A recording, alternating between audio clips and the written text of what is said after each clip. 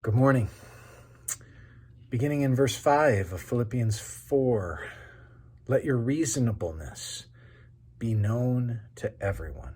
The Lord is at hand. Verse 6, do not be anxious about anything, but in everything by prayer and supplication with thanksgiving, let your requests be made known to God. I just want to get the first part of verse 6, just this phrase, do not be anxious about anything.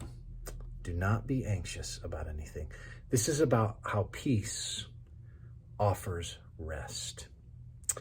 Psalm 4:8, in peace I will both lie down and sleep, for you alone, O Lord, make me dwell in safety.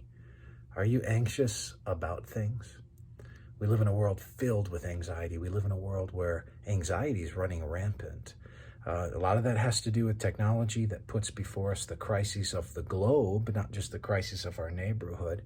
On a daily basis, we have an influx of things we see that are wrong with the world. And all of that information can discombobulate us, not to mention that it's so voluminous. It comes at us, that we feel overwhelmed at times by all of it. I want to encourage you. The Bible tells us to not be anxious for anything. Jack Mueller, who I may have referenced before, has written a commentary on Philippians. He says this, to care is a virtue, but to foster cares is a sin. To care is a virtue. We should care about things, and we should care about people. But to foster cares, to turn them over in our mind and to feel discombobulated, upset, anxious, worried, downtrodden, depressed, and dejected because of things. Now that, he says, is a sin. And I think he's onto something. To care, well, that's a virtue. To foster cares is sin. Here's what this reminds me of.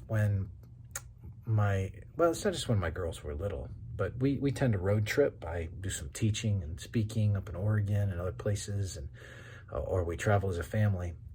Invariably, the ladies in my life will fall asleep in the car. And as they fall asleep in the car, I am awake.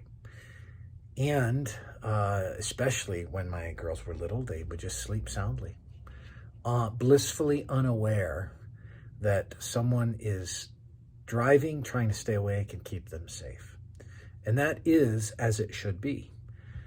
As their dad, my job is to keep them safe.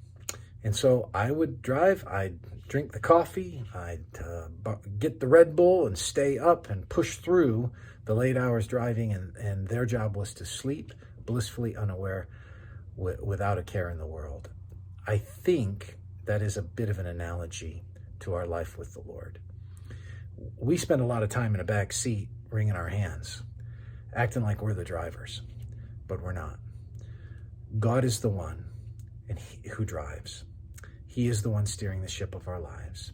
And so our job is to cast our cares upon him and to be okay at rest, to be okay not fostering cares, to know that the God of Israel, according to Psalm 121, never sleeps nor slumbers.